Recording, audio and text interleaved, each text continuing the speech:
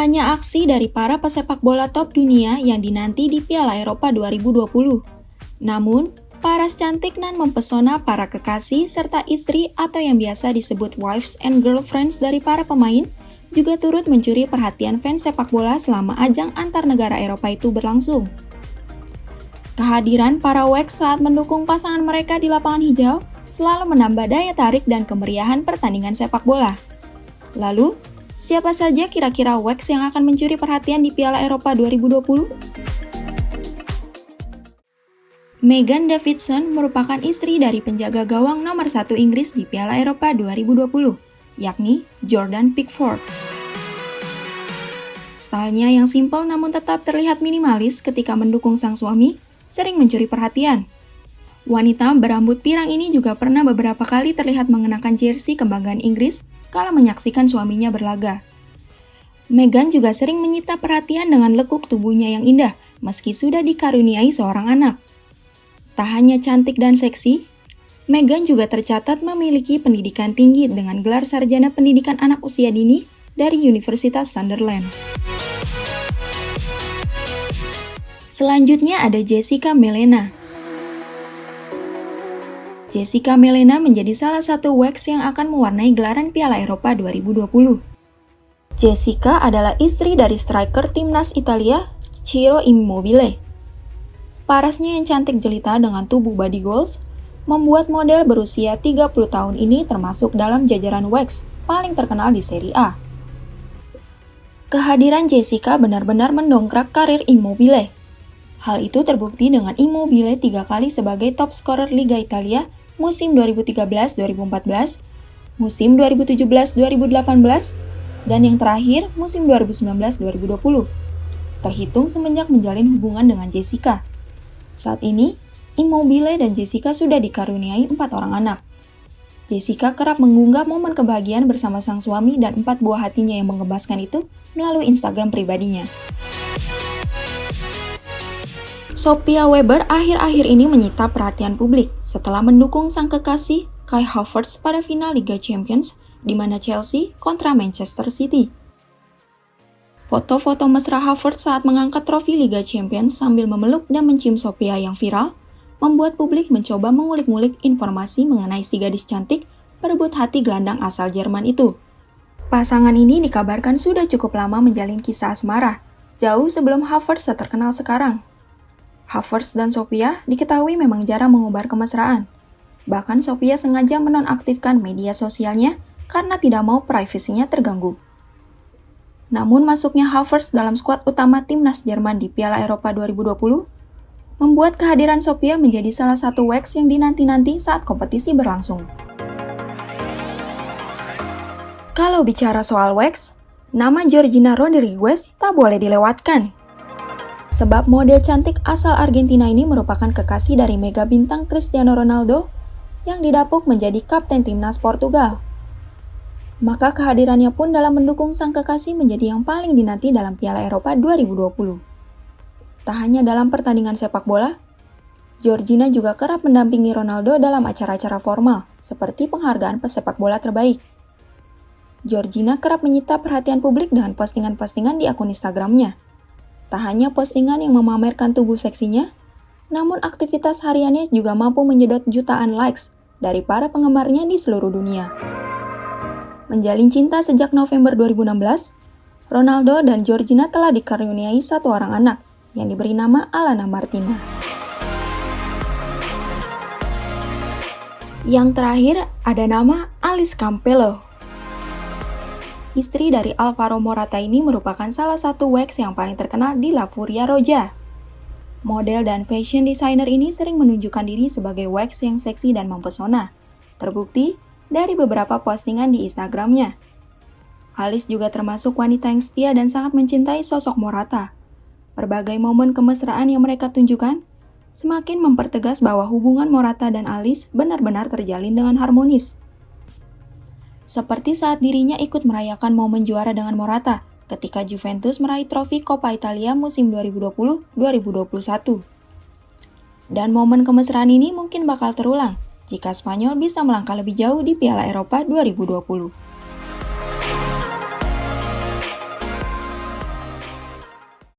Kiper atau penjaga gawang merupakan salah satu pemain vital yang menentukan hasil pertandingan. Namun siapa sangka, tugas utama kiper sebagai penjaga gawang justru bisa membantu pemain lainnya dalam mencetak gol langsung ke gawang lawan. Seperti yang baru-baru ini terjadi, penjaga gawang Liverpool, Alisson Becker, seketika maju untuk mencetak gol ke gawang West Brom. Alhasil, gol tersebut ia dedikasikan untuk mendiang sang ayah dan juga sebagai penentu Liverpool di akhir musim ini. Dan selain itu, skor Indonesia merangkum 5 kiper legendaris yang produktif mencetak gol terbanyak ke gawang lawan.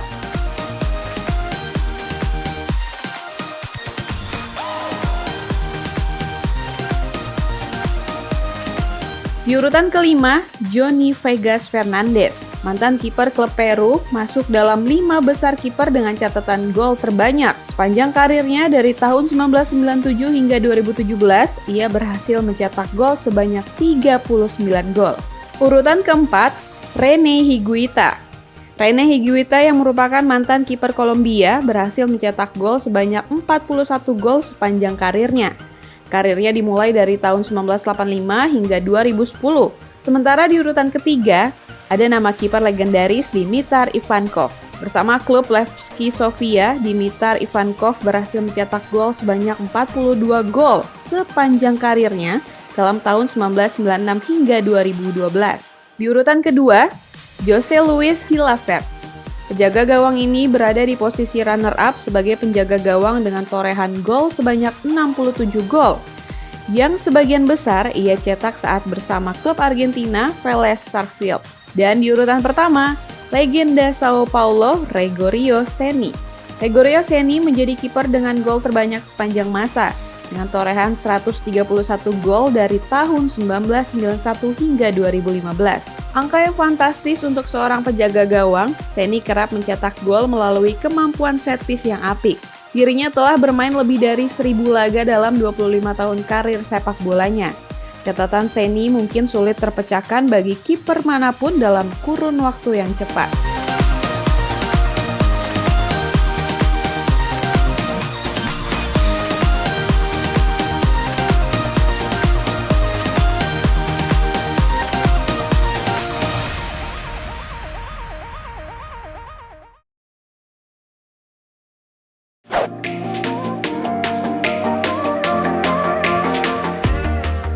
Manchester United memiliki kapten fantastis dalam sejarah perjalanan tim raksasa asal Inggris ini.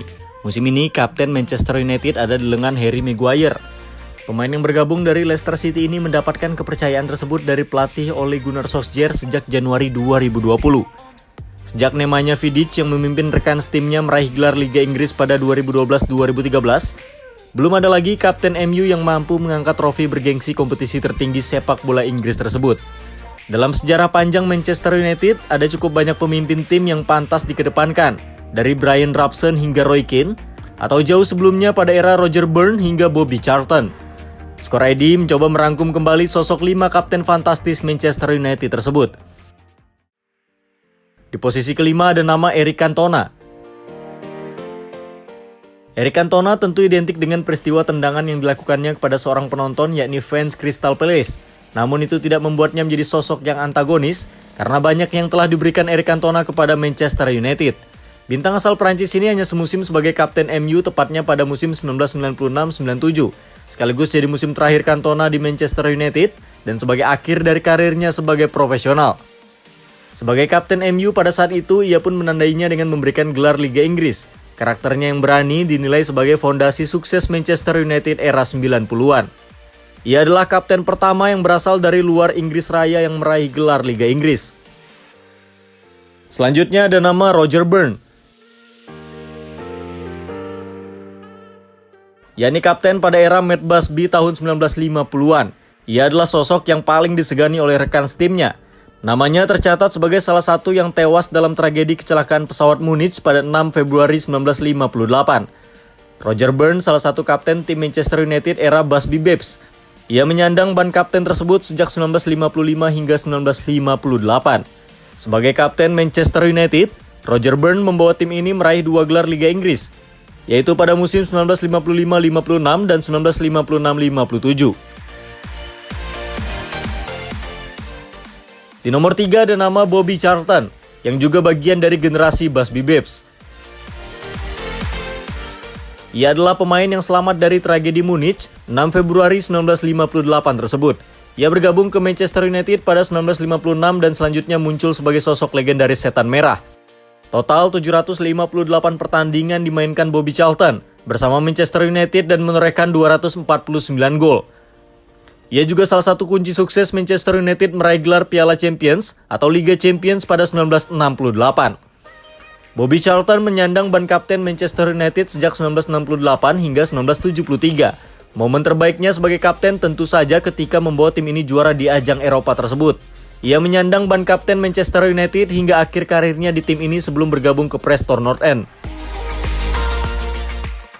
Di posisi kedua ada nama Brian Robson, yang menyandang ban kapten sejak 1983 hingga 1994. Yang menarik, sejak bergabung ke Manchester United, Brian Robson sudah langsung menyandang ban kapten tersebut. Karakternya yang kuat serta kemampuannya dalam memimpin di lapangan memang membuat dirinya menjadi sosok yang dominan. Hingga kemudian ada panggilan bagi Brian Robson yaitu Kapten Marvel. Alex Ferguson yang kemudian datang sebagai pelatih pada 1986 tetap menempatkan Brian Robson sebagai kapten timnya. Brian Robson sosok yang menginspirasi termasuk bagi generasi pemain Manchester United selanjutnya. Dalam karirnya di MU, ia memberikan 2 gelar Liga Inggris, 3 Piala FA, 2 Charity Shield, dan 1 Piala Winners.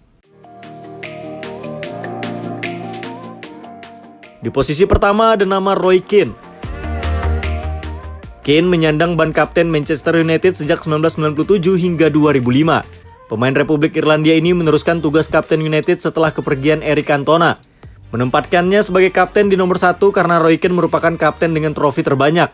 Dari 7 gelar Liga Inggris yang diraihnya sebagai pemain Manchester United, 4 diantaranya diraih ketika dirinya sebagai kapten.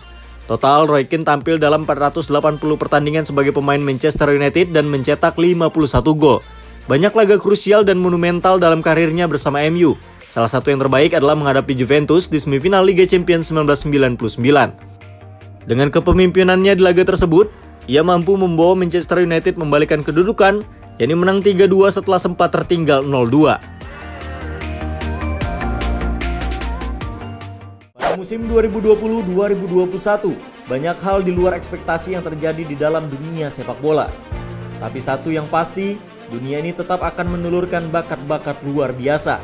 Di 5 liga top Eropa, pemain-pemain muda berbakat berhasil membuktikan kualitasnya dan menjadi elemen penting dalam sebuah tim, atau paling tidak menunjukkan potensi besarnya untuk menjadi harapan sebuah tim di masa yang tidak terlalu jauh ke depan. Yang pertama dari Barcelona yakni Pedri González Lopez. Pemain yang baru berusia 18 tahun ini didatangkan dari klub kasta kedua Spanyol La Palma pada musim panas 2020 dengan mahar hanya 50 juta euro dan dikontrak selama 5 tahun. Pemain yang akrab disapa Pedri ini digadang-gadang akan menjadi penerus Lionel Messi di Barcelona. Pedri bisa bermain di 3 posisi berbeda, yakni gelandang serang, gelandang kanan maupun kiri.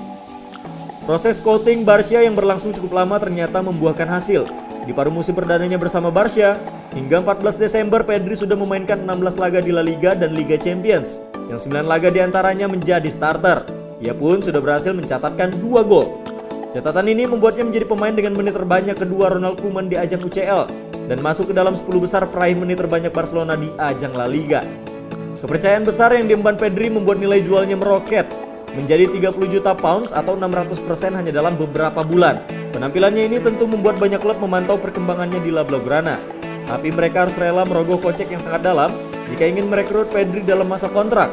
Barca memasang klausul pelepasan hingga 400 juta euro atau sekitar 6,8 triliun rupiah untuk mengamankan Pedri. Wonderkid kedua datang dari Premier League Inggris, tepatnya dari tim London Barat Chelsea. The Blues memiliki satu nama pemain muda yang langsung menggebrak Liga Champions di penampilan perdananya musim ini, yaitu Billy Gilmour. Pada laga melawan Krasnodar, Gilmour terpilih menjadi man of the match. Meski laga berkesudahan dengan skor 1-1, Gilmour berhasil mencatatkan statistik impresif. 97 sentuhan, 89,2 passing sukses, 3 passing kunci, 2 dribble sukses, dan memenangkan 3 dari 5 duel lapangan. Catatan man of the match ini melengkapi torehannya musim lalu yang juga menjadi man of the match pada laga debut Premier League melawan Everton dan meraih prestasi yang sama saat debut di FA Cup melawan Liverpool. Catatan ini memantik optimisme Frank Lampard sebagai pelatih, sebab sang pemain baru saja pulih dari cedera panjang yang didapatnya pada akhir musim lalu. Musim ini perjalanan menjadi menarik bagi pemain 19 tahun ini. Di posisinya sebagai gelandang tengah, dirinya harus bersaing melawan pemain andalan seperti N'Golo Kante, Mason Mount, Jorginho, dan Mateo Kovacic. Premier League juga menyumbang satu nama lainnya, yakni pemain muda Manchester United Mason Greenwood. Berusia masih 19 tahun, Greenwood menjadi salah satu yang tak tergantikan di skuad Ole Gunnar Solskjaer. Bisa bermain di posisi sayap kanan dan striker, ia berhasil mencatatkan 14 penampilan musim ini, yang membuahkan 3 gol dan 2 assist di semua ajang hingga 14 Desember 2020. Greenwood dinilai sebagai penyerang paket komplit yang memiliki kecepatan, teknik, serta dribbling yang baik, dan yang terpenting memiliki visi gol dan penyelesaian yang sempurna. Dirinya juga bisa menggunakan kaki kiri dan kanan sama baiknya. Sang pelatih Solskjaer bahkan menyebutnya sebagai pemain dengan finishing terbaik yang pernah ia tangani. Dengan kondisi MU yang tengah berjuang di papan tengah klasemen sementara, Solskjaer nampaknya patut waspada dengan salah satu aset paling berharganya di bursa transfer musim panas mendatang. Sebab sejumlah klub sudah mengambil ancang-ancang untuk mendapatkan pemain kelahiran Bradford tersebut. Pemain terbaik selanjutnya datang dari Juventus, yakni Dejan Kulusevski. Kulusevski masih berusia 20 tahun, tapi loncatan karirnya sangat luar biasa. Pada awal musim 2019-2020, pemain Swedia ini masih berstatus sebagai pemain pinjaman Parma dari Atlanta. Performa apik yang ia tunjukkan di paruh musim pertama dengan catatan 4 gol dari 17 pertandingan membuat Juventus tertarik mendatangkannya pada musim dingin. Namun Juve tidak langsung membawanya ke Turin, tapi kembali dipinjamkan ke Parma sampai akhir musim yang berujung dirinya mencetak total 10 gol dari 36 laga di Serie A. Ketika hadir di Allianz Stadium, Kulusevski langsung masuk jajaran tim utama Juve dengan memainkan 14 laga dan mencetak 2 gol serta 1 assist di semua ajang hingga 14 Desember 2020. Tak heran, Kulusevski digadang-gadang menjadi penerus kebanggaan Swedia setelah sosok Zlatan Ibrahimovic. Harga transfernya ke Juventus juga telah membuktikan nama besarnya. Karena Kulusevski menjadi pemain Swedia termahal kedua sepanjang sejarah setelah Ibrahimovic dengan nilai transfer mencapai 35 juta euro. Bahkan pencapaian-pencapaian sang pemain muda juga diapresiasi oleh sang legenda hidup Swedia. Yang terakhir, wonderkid paruh musim 2020-2021 tersemat pada Giovanni Reyna, pemain muda asal Amerika Serikat yang kini berseragam Borussia Dortmund. Berusia 18 tahun, Reyna berhasil menembus skuad utama Die Borussia musim ini setelah hanya 6 bulan berjibaku bersama tim muda. Bermain di level senior musim lalu tidak terlalu cemerlang untuk Reyna, namun pencapaiannya bisa meyakinkan Favre untuk memainkannya lebih sering pada musim berikutnya. Hasilnya cukup fantastis.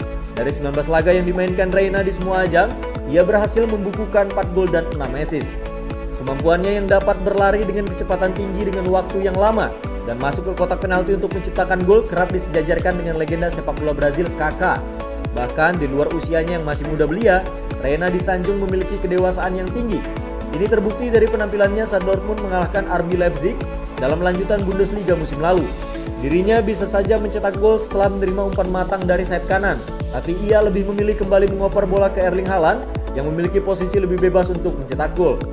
Dengan kemampuan dan kematangannya, Reyna diprediksi menjadi salah satu pemain yang paling bersinar di era mendatang. Bahkan bukan tidak mungkin, dirinya bisa menjadi peraih Ballon d'Or pertama dari Amerika Serikat. Hai Scorer, pasti kalian sudah banyak yang tahu kan bahwa pemain bola itu memiliki gaji selangit. Apalagi kalau prestasinya juga sedang melejit. Tapi Scorer, kali ini Skor TV tidak akan membahas gaji pemain sepak bola dunia, melainkan aset yang mereka miliki seperti rumah mewah. Siapa saja ya pesepak bola yang memiliki rumah mewah termahal? Check this out. Yang pertama, ada salah satu pesepak bola terbaik dunia yang punya paras tampan, Lionel Messi. Rumah mewah Messi ini katanya super unik karena berbentuk seperti bola.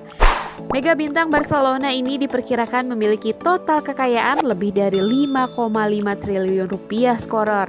Wow. Rumah yang dibangun di area hutan di kawasan Lia Venere, San Andrew, Barcelona ini didesain oleh arsitek asal Spanyol yang bernama Luis de Garrido yang memiliki konsep Quad Zero Eco House. Konsep ramah lingkungan pun terlihat dari atap rumah yang diselimuti oleh rumput hijau. Tidak hanya itu, uniknya lagi, nomor jersey milik sang mega bintang juga terpampang di bagian atas rumah berlantai 3 ini. Wah, ini sih bikin betah di rumah ya Scorer. Tidak hanya Lionel Messi, mantan penyerang Chelsea Didier Drogba juga memiliki rumah yang sangat mewah layaknya istana nih Scorer. Rumah yang memiliki nuansa sangat elegan serta modern, didominasi dengan warna putih dan dipadukan dengan warna abu-abu pada bagian atapnya. Jika dibayangkan, Drogba ini seperti raja yang mendiami istana besar ya Scorer. Rumah super mewah tersebut dibangun di lahan seluas 8.600 meter persegi lengkap dengan segala fasilitasnya. Salah satu fasilitas yang tersedia ialah kolam renang interior yang terlihat luas dan sangat mewah. Di dalam rumah tersebut memiliki 7 kamar tidur dan 8 kamar mandi, di mana salah satu kamarnya digunakan untuk menyimpan seluruh medali penghargaan yang diraih selama menjadi pemain bola profesional. Harga rumah Drogba disebut mencapai lebih dari 300 miliar rupiah, sangat fantastis. Selanjutnya deretan rumah mewah juga dimiliki oleh ex pesepak bola dunia David Beckham yang juga sukses menjadi model di dunia hiburan. Suami dari Victoria Beckham ini diketahui memiliki beberapa rumah mewah sejak tahun 1996. Sejak saat itu Beckham semakin sering pindah rumah setelah menikah serta menjual rumahnya dengan harga yang fantastis. Nah, Scorer, rumah pertama David Beckham ini terletak di Manchester walaupun terlihat sederhana tapi memiliki harga 3 miliar rupiah loh. Sementara di tahun 98 hingga 2002, Beckham memiliki rumah bernuansa klasik dengan cat berwarna merah. Rumah ini super berkelas terletak di Cheshire yang memiliki harga 10 miliar rupiah pada zamannya. Masih di kawasan Cheshire, Beckham juga memiliki rumah dengan fasilitas mewah di dalamnya. Harganya ditaksir mencapai 29,4 miliar rupiah. Wow, harga yang tinggi ya, Scorer. Saking banyaknya rumah dan sering berpindah-pindah, kabarnya Beckham beserta keluarga saat ini menetap di Los Angeles dengan rumah yang sangat luas dan pastinya memiliki segudang fasilitas. Rumah yang berbentuk huruf H jika dilihat dari udara ini didesain oleh Kelly Hoppen yang memiliki harga fantastis, yakni 403 miliar rupiah. Tapi tidak hanya di Los Angeles, kabarnya istri dari Beckham ini sering memakai rumahnya yang berada di London. Victoria sering menggunakan rumah mewahnya untuk merancang busana yang harga rumahnya juga tidak kalah mengejutkan, yakni mencapai 423 miliar rupiah. Duh, kebayang ya Scorer betapa mewah dan megahnya rumah keluarga Beckham ini. Nah, kalau yang satu ini, mantan rekan David Beckham di timnas yang juga mantan pemain Manchester United nih Scorer, yaitu Wayne Rooney. Salah satu aset mewah yang dia miliki adalah rumah di Prestbury, Cheshire dengan luas lahan 40 hektar. Kabarnya rumah tersebut memiliki terowongan bawah tanah yang menghubungkan kamarnya dengan garasi. Terowongan itu juga dilengkapi pintu baja di kedua ujungnya serta terdapat mobil listrik yang secara permanen bertugas menunggu di garasi yang bertujuan jika ada penyusup mobil tersebut dapat membawa Rooney dan keluarganya ke bunker pelarian bawah tanah. Cara ini dilakukan karena pada tahun 2016 lalu, Rooney pernah menjadi korban perampokan yang mengakibatkan kerugian mencapai 113 miliar rupiah. Sementara rumah mewah yang memiliki terowongan bawah tanah itu, Rooney menggelontorkan dana sebesar 364 miliar rupiah. Kita geser ke mantan rekan Rooney di Manchester United nih, yaitu CR7 atau Cristiano Ronaldo. Kabarnya, Ronaldo beserta keluarga menetap di rumah mewahnya di Madeira untuk melakukan karantina mandiri saat ini. Rumah mewah di dekat lepas pantai barat daya Portugal tersebut ditaksir mencapai lebih dari 137 miliar rupiah. CR7 juga kerap membagikan momen bersama anak-anaknya di setiap sudut rumah yang memiliki 7 lantai ini loh Scorer. Tidak hanya menghabiskan waktu bersama anak-anaknya, Ronaldo juga bisa melakukan olahraga di sekitar rumahnya. Bahkan, rumah mega bintang Juventus ini memiliki fasilitas gym lengkap di rumahnya. Ya nggak heran ya kalau rumahnya super mewah, secara CR7 ini kan masuk dalam deretan pesepak bola dengan gaji termahal. Belum lagi nih, CR7 juga jadi raja media sosial. Saat ini CR7 memegang rekor jumlah followers terbanyak di dunia, yakni mencapai 215 juta followers. Bahkan CR7 ini punya pendapatan lebih banyak dari media sosial daripada gajinya bersama di Juventus. Nah, itu tadi deretan rumah-rumah mewah pesepak bola dunia Scorer. Pantengin terus Skor TV karena kita akan kasih banyak informasi menarik lainnya. So, jangan lupa like, comment, and subscribe ya Scorer. See ya! What's up Scorer? Kali ini Skor TV balik lagi dengan playlist Best Fives. Di episode kali ini, kita akan bahas lapangan bola paling indah yang ada di dunia.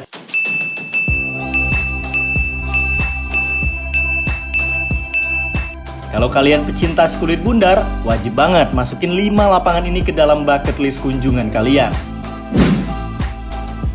Yang pertama, lokasinya nggak jauh-jauh, ada di negara tetangga kita, Singapura. Lapangan ini bernama The Float yang ada di Marina Bay. Dari namanya aja udah ketahuan, lapangan ini dibuat mengambang di atas air. Lapangan berukuran 120 x 80 meter ini diresmikan pada 20 Mei 2007 lalu. Ukuran tersebut ternyata 5% lebih besar dibanding ukuran lapangan yang ada di National Stadium Singapura. Selain itu, lapangan ini juga dilengkapi dengan kursi penonton berkapasitas sampai 27.000 orang. Selain digunakan sebagai lapangan sepak bola, The Float juga bisa digunakan untuk konser dan eksibisi. Dan pastinya setiap event yang digelar di The Float punya daya tarik lebih karena akan punya background langsung ke perairan Marina Bay dan juga gedung ikonik Marina Bay Sands. Berikutnya kita ke kepulauan di utara Norwegia, Lofoten. Di kepulauan ini terdapat satu lapangan sepak bola yang bernama Henningsvær Stadium. Tanpa memiliki tribun penonton, lapangan ini justru menyuguhkan pemandangan luar biasa, yakni dikelilingi lautan biru dan pegunungan tinggi bersalju khas belahan bumi utara.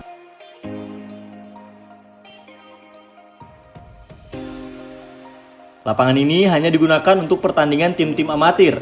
Meski begitu, kualitas rumputnya tetap tinggi. Lapangan ini juga memiliki 6 lampu sorot berkualitas internasional.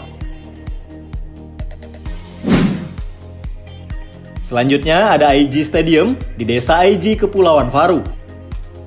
Lapangan ini menjadi markas bagi tim lokal IB dan Streymour.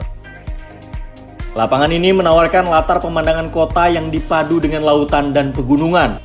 Kombinasi yang sempurna untuk memainkan sepak bola di pagi hari pada akhir pekan.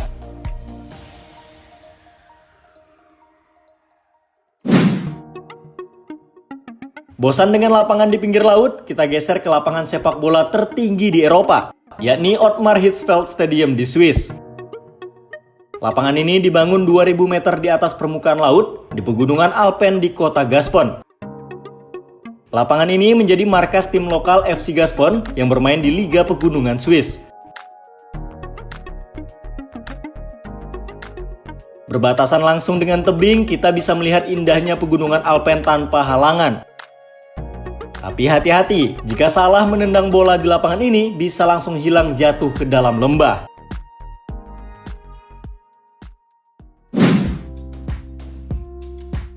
Dan yang terakhir adalah Tasiilaq Stadium di Greenland. Stadion Tasiilaq juga tidak memiliki tribun penonton. Para fans yang datang bisa langsung menyaksikan pertandingan sepak bola dengan duduk-duduk di pinggir lapangan yang berundak-undak. Dari situ, para penonton bisa menyaksikan tim kesayangannya berlaga sambil menikmati pemandangan pegunungan tinggi menjulang dengan puncak yang tertutup es sepanjang tahun, rumah-rumah khas masyarakat Greenland yang berwarna-warni, dan juga laut utara yang bersih. Meski tidak pernah ada polling yang menetapkannya sebagai lapangan terindah di bumi, tapi mungkin tetap banyak yang setuju lapangan Tasiilaq adalah juaranya.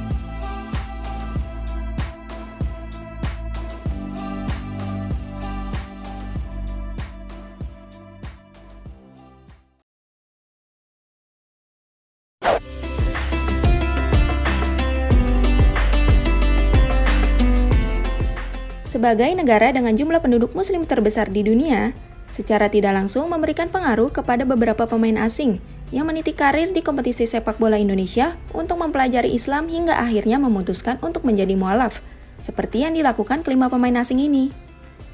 Bertahun-tahun menjadi seorang muslim, mereka pun terbiasa merayakan momen lebaran di Indonesia. Siapa saja pemain yang dimaksud? Yang pertama ada legenda sepak bola Indonesia asal Uruguay, Christian Gonzalez. Pemain yang sudah lebih dari 17 tahun malang melintang di kompetisi sepak bola tanah air ini, dinobatkan sebagai pencetak gol terbanyak Liga Indonesia. Pertemuan Gonzalez dengan sepak bola Indonesia mengantarkannya menjadi mualaf. Ketika itu, Eloko masih berseragam PSM Makassar. Kultur masyarakat Makassar yang sebagian besar memeluk agama Islam membantu proses Gonzalez menjadi mualaf. Selain itu, istri Gonzalez, Eva Siregar juga menjadi alasan terbesar Gonzalez memutuskan untuk menjadi muslim. Melihat sang istri menjalankan ibadah seperti sholat dan zikir setiap harinya ketika masih menetap di mes pemain PSM Makassar, mengetuk hati Gonzalez hingga akhirnya ia mantap untuk menjadi seorang muslim dan mengucapkan kalimat syahadat pada 9 Oktober 2003 di Masjid Agung Al-Akbar, Surabaya. Hampir 18 tahun memeluk agama Islam, Gonzales sudah melewatkan banyak momen merayakan Hari Raya Idul Fitri di Indonesia. Bahkan diakui sang istri, Eloko cukup ahli membuat ketupat dan sering membantunya membuat kue lebaran. Pemain Persib Bandung, Esteban Vizcara menjadi salah satu pemain asing yang memutuskan menjadi mualaf ketika berlaga di Indonesia. Vizcara sudah 8 tahun memeluk agama Islam sejak menikah dengan istrinya, Resti Ayu Ferdina pada tahun 2012. Sebagai seorang mualaf, momen merayakan Hari Raya Idul Fitri menjadi momen yang ditunggu-tunggu Vizcara. Semenjak membela Persib, Vizcara terlihat lebih banyak merayakan momen lebaran di tempat tinggalnya di Kota Bogor. Idul Fitri dimanfaatkan Vizcara untuk berkumpul bersama keluarga tercinta dan bersilaturahim dengan kerabat-kerabat jauhnya. Tak berbeda jauh dengan orang Indonesia kebanyakan, Vizcara juga selalu menantikan momen ketika ia makan makanan khas lebaran seperti ketupat dan opor ayam. Antonio Claudio menjadi salah satu dari sekian banyak pemain asing asal Brazil yang mencoba peruntungan di sepak bola Indonesia. Claudio sudah berkiprah di kompetisi kasta tertinggi tanah air sejak 1994. Beberapa klub yang pernah dibelanya antara lain Persija Jakarta, Semen Padang, Persib Bandung, Persibom Bolang Mangondo, hingga Persi Tembilahan. Claudio mulai tertarik dengan Islam ketika membela PSP Padang, di mana saat itu manajer PSP Padang memanggil seorang pemuka agama untuk mengajarinya tata cara dan bacaan sholat. Claudio pun semakin mantap memutuskan untuk menjadi mualaf ketika keinginannya tersebut sama sekali tak mendapat tentangan dari keluarganya. Malah sang ibu memberi wejangan untuk bertanggung jawab atas pilihannya itu dengan menjadi muslim yang taat. Claudio akhirnya mengucapkan 2 kalimat syahadat pada tahun 2000. Pemain yang juga akrab disapa Coach Toyo ini ternyata memiliki tradisi khas saat lebaran, yakni mudik ke kampung halaman istrinya yang berada di Kota Padang untuk berkumpul bersama keluarga besar sang istri. Claudio juga mengaku ia jarang sekali mudik ke kampung halamannya di Brasil ketika libur lebaran. Selanjutnya ada pesepak bola kelahiran Paraguay, Silvio Escobar. Escobar pertama kali datang ke Indonesia pada tahun 2014 untuk memperkuat Persepa Madura. Ia memutuskan untuk menjadi mualaf pada tahun 2016 setelah mempersuting wanita Indonesia bernama Mary Marsita pada tahun yang sama. Escobar mengaku kesulitan menahan rasa lapar dan haus ketika menjalani ibadah puasa Ramadan pertamanya di tahun 2017 sambil tetap beraktivitas sebagai pesepak bola. Namun pemain yang saat ini membela Tira Persikabo itu akhirnya mulai terbiasa dan menikmati dirinya sebagai seorang muslim. Escobar mengungkapkan hidangan khas lebaran hasil masakan istrinya merupakan salah satu hal yang paling ia nantikan saat Idul Fitri. Ia mengaku masakan jengkol dan ketupat sayur adalah menu wajib yang harus ada di meja makannya saat lebaran. Dan yang terakhir ada pemain naturalisasi kelahiran Belanda, Diego Michels, yang memutuskan untuk menjadi mualaf kala meniti karir di Indonesia. Ternyata Diego telah mengenal Islam sejak ia masih menetap di Belanda. Lingkungan rumah dan teman sepermainannya banyak orang Islam dari berbagai negara, seperti Turki, Maroko, dan Somalia. Suatu hari, kakak dari salah satu temannya memberikan sebuah buku tentang Islam kepada Diego. Ia pun mencoba membacanya, namun belum ada keinginannya untuk menjadi muslim. Keinginan Diego untuk memeluk agama Islam baru muncul setelah ia pindah ke Indonesia. Proses Diego menjadi mualaf terbilang dramatis, sebab saat itu Diego terlibat masalah hukum dan mengharuskannya mendekam di bui. Ia mengungkapkan keinginannya itu kepada pengacaranya ketika menunggu sidang di Pengadilan Negeri Jakarta Pusat, hingga akhirnya ia dituntun oleh seorang ustadz dari kepala pengadilan dan proses pengucapan 2 kalimat syahadat dilakukan Diego di masjid yang terletak di sebelah ruang tahanan sementara pada 7 Februari 2013. 8 tahun memeluk Islam, hidup Diego terus mendapatkan ketenangan. Mulai dari dikelilingi orang-orang baik, sampai kini ia sudah memiliki istri dan 2 orang anak perempuan. Hampir tiap tahunnya Diego merayakan lebaran di Indonesia. Apalagi dalam 3 tahun terakhirnya ini, semakin terasa spesial karena ia merayakannya dengan keluarga tercinta.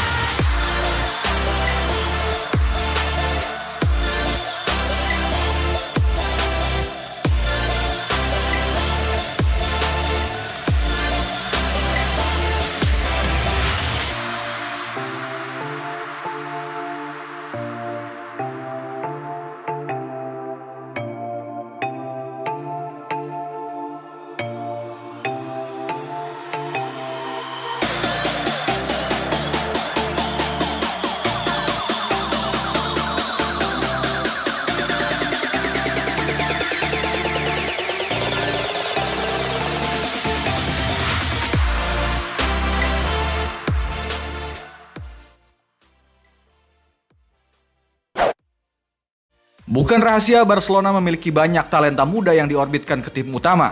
Bintang-bintang muda ini berasal dari Akademi La Masia ataupun pembelian prospek dari luar Eropa. Sejumlah bintang muda ini sebagian mampu bersinar, tapi juga ada yang cepat tenggelam. Meski begitu, banyak yang sempat menorehkan catatan sejarah sebagai pencetak gol termuda dalam klub. Kali ini, Skor TV ingin mengulas 5 pencetak gol termuda Barcelona sejak tahun 2000. Di urutan kelima, ada nama Giovanni dos Santos. Dipromosikan ke skuad utama Barca pada tahun 2007, pemain kelahiran Meksiko ini langsung mencuat di kesempatan pertamanya. Dia berhasil mencetak gol di Champions League pada 12 Desember 2007 saat Barca menang 3-1 melawan Stuttgart. Saat itu Dos Santos masih berumur 18 tahun, 7 bulan dan 1 hari. Sayang musim-musim selanjutnya Dos Santos gagal bersaing di skuad utama Barca dan kini bermain di kampung halamannya di Meksiko bersama klub Amerika. Di peringkat selanjutnya ada wonderkid Barca pada era sekarang, Pedro Gonzalo Lopez. Selain tampil meyakinkan pada musim 2020-2021, pemain yang akrab disapa Pedri ini juga menorehkan sejarah sebagai pemain termuda keempat yang mencetak gol. Gol itu tercipta saat La Blaugrana meraih kemenangan 5-1 atas Ferencváros pada 20 Oktober 2020 lalu. Saat itu Pedri masih berusia 17 tahun, 10 bulan, dan 25 hari. Di peringkat ketiga ada legenda hidup Barca Lionel Messi. La Pulga berhasil mencatatkan gol perdananya untuk Barca saat berusia 17 tahun, 10 bulan, dan 7 hari. Di pertandingan La Liga melawan Albacete pada 1 Mei 2005. Saat itu menjadi hari spesial bagi Messi. Selain Barca meraih kemenangan, gol pertama Messi juga diasis oleh sang mentor sekaligus inspirator, Ronaldinho. Saat ini Messi masih berseragam Barcelona, tapi sangat terbuka kemungkinan dirinya meninggalkan La Blaugrana dalam waktu dekat karena faktor politik internal. Di tempat selanjutnya atau pemain termuda kedua yang pernah mencetak gol untuk Barcelona ditempati oleh Bojan Krkić. Ex-wonderkid Barca ini mencetak gol saat usianya masih 17 tahun 1 bulan dan 22 hari di laga melawan Villarreal pada 20 Oktober 2007. Sayang saat itu Barca harus menelan kekalahan 1-3. Cerita manis Bojan Krkić juga berakhir cepat di Barcelona. Setelah sempat melanglang buana ke klub-klub semenjana di berbagai liga Eropa, Bojan kini terdampar di Major League Soccer bersama Montreal Impact. Dan di peringkat pertama ada rekrutan muda strategis Barca era modern, Ansu Fati. Pemain berdarah Guinea-Bissau ini tercatat sebagai pencetak gol termuda Barcelona, tepatnya 16 tahun 10 bulan. Gol ini diciptakan di kompetisi La Liga pada 31 Agustus 2019 saat Barcelona bermain imbang 2-2 melawan Osasuna. Sejak musim 2019-2020 hingga musim sekarang, Ansu Fati terus menjadi salah satu prospek terbesar Barca. Di musim lalu, dia berhasil mencetak 8 gol dari 33 penampilan di semua laga. Dan di musim sekarang, Ansu Fati tampil lebih tajam dengan mencatatkan 5 gol hanya dari 11 pertandingan yang dia jalani di semua ajang.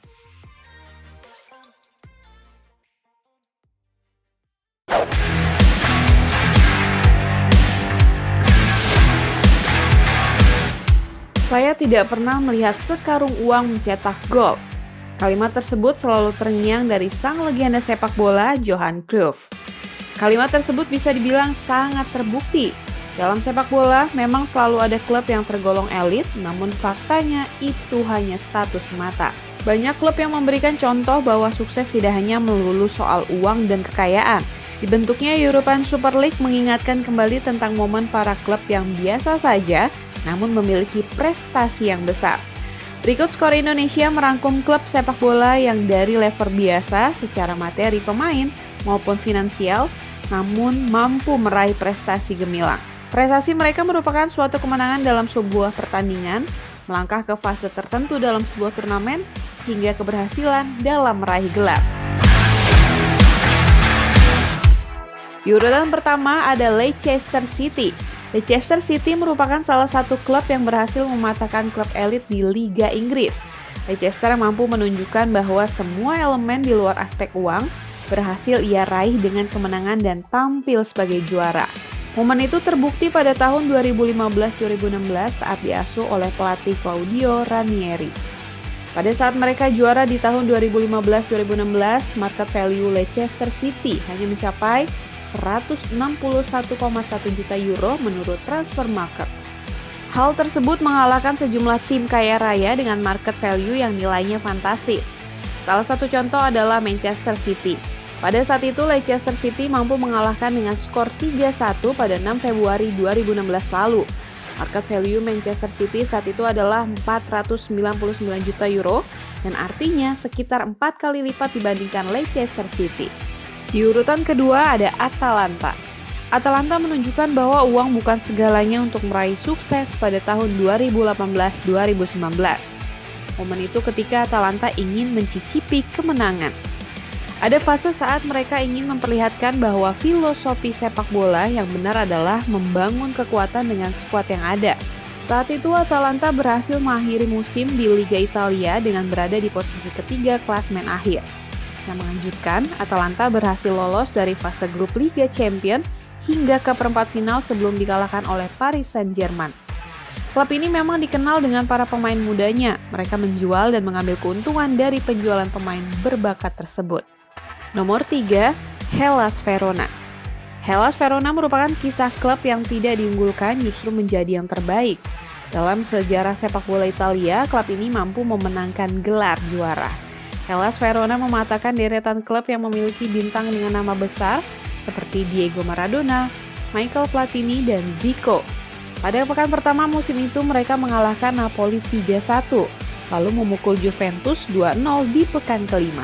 Tim asuhan Osvaldo Bagnoli kemudian tampil di ajang Liga Champions dan bertemu Juventus. Mereka imbang 0-0 pada pertemuan pertama, namun kemudian kalah 0-2 di laga kedua. Di nomor 4 ada Leeds United.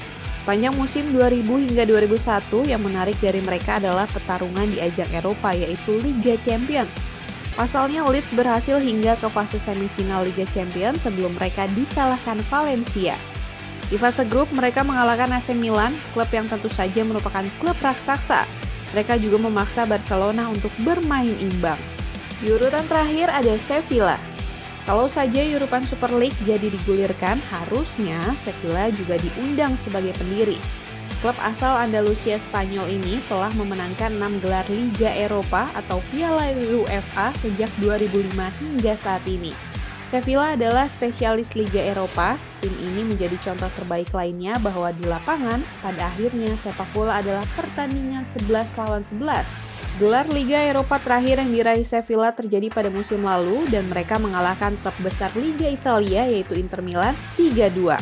Gelar Liga Eropa yang mereka raih pada 2015 hingga 2016 bahkan mereka raih dan mengalahkan Liverpool 3-1 pada laga final. Lalu pada 25 Agustus 2006, Sevilla meraih momentum yang apik ketika berhasil mengalahkan Barcelona 3-0 pada Piala Super Eropa.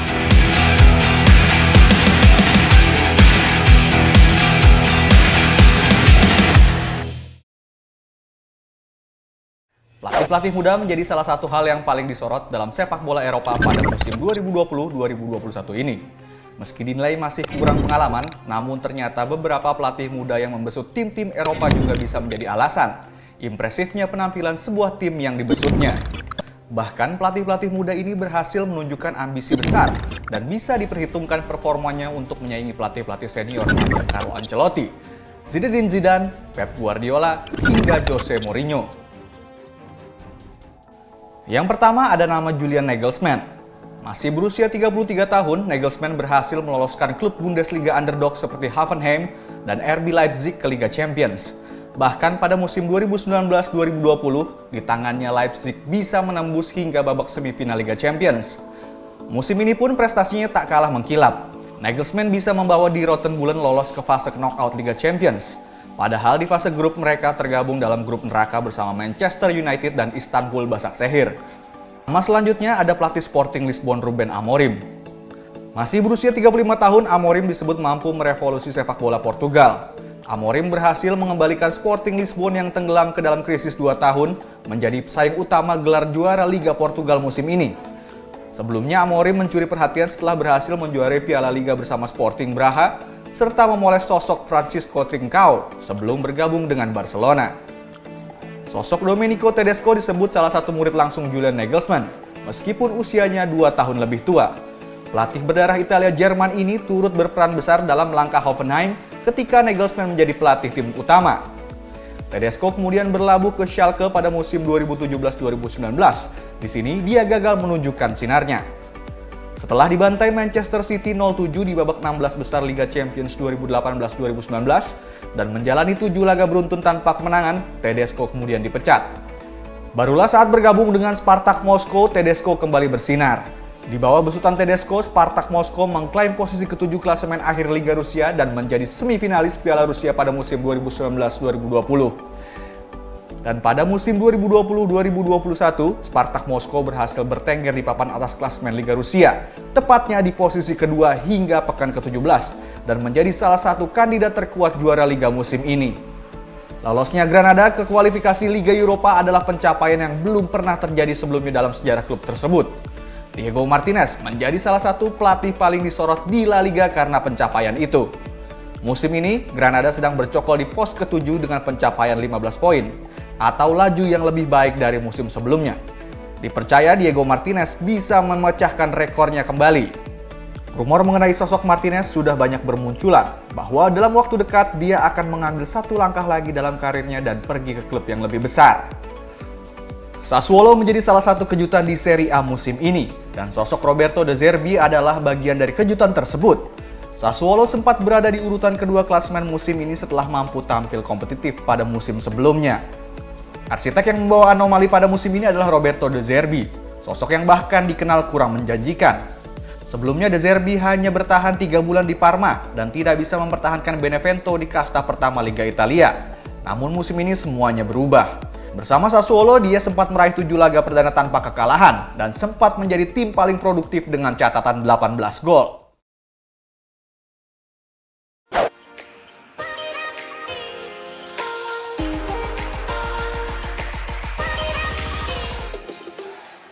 Sepak bola boleh dibilang sebagai olahraga yang paling digemari di dunia. Dengan banyaknya fans dari berbagai kalangan, membuat sepak bola menjadi olahraga yang paling populer. Tak mengherankan jika banyak dari para penggemar sepak bola berkeinginan untuk menjadi pemain bola profesional. Namun uniknya ternyata ada beberapa pemain bola top dunia yang secara terang-terangan mengaku tidak menyukai sepak bola. Dunia yang membesarkan nama mereka. Kira-kira siapa saja ya pemain yang dimaksud?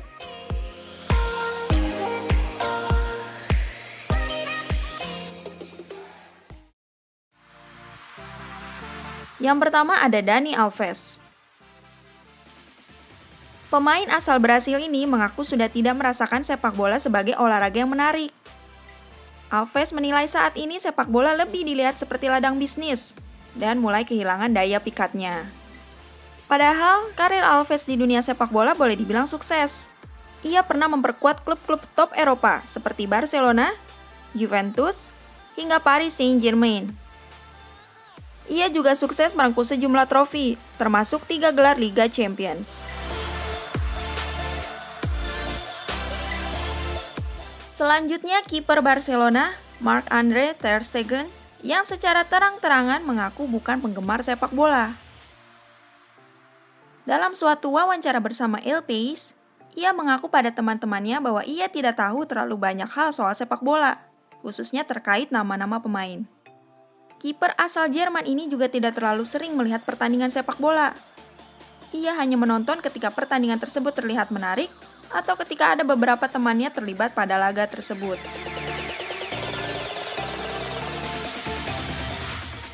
Selanjutnya ada mantan pemain timnas Inggris, David Beatty. Beatty merupakan salah satu gelandang terbaik yang pernah dimiliki Inggris pada era 1990-an. Karirnya berkembang saat membela Newcastle United di tahun 1996 hingga 1998 dan juga membela Leeds United di tahun 1998 hingga tahun 2004. Namun di tahun 2007, ia pernah mengguncang rakyat Inggris karena membuat pernyataan bahwa sepak bola adalah olahraga yang membosankan. Ia mengaku tak pernah lagi menyaksikan pertandingan sepak bola tim nasional Inggris maupun negara lain setelah resmi pensiun.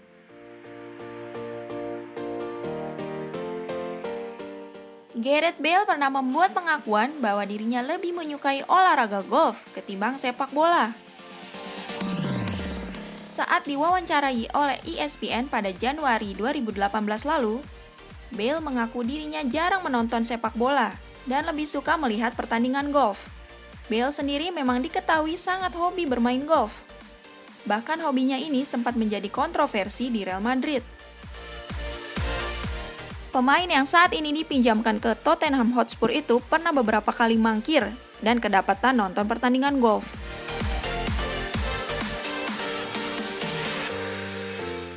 Sama seperti Gareth Bale, Carlos Tevez ternyata juga lebih memilih olahraga golf ketimbang sepak bola. Pemain yang pernah memperkuat Manchester United itu mengungkapkan, dirinya hanya suka bermain, tetapi malas untuk menonton pertandingan sepak bola. Saat diwawancarai pada Oktober 2018 lalu, Tevez sampai mengibaratkan bila ada tayangan turnamen golf berbarengan dengan laga El Clasico yang mempertemukan Real Madrid kontra Barcelona, maka ia secara sukarela lebih memilih untuk menonton golf. Ia juga menambahkan dirinya bukanlah sosok yang begitu fanatik dengan sepak bola. Ia hanya suka bermain dan mampu menguasai bola.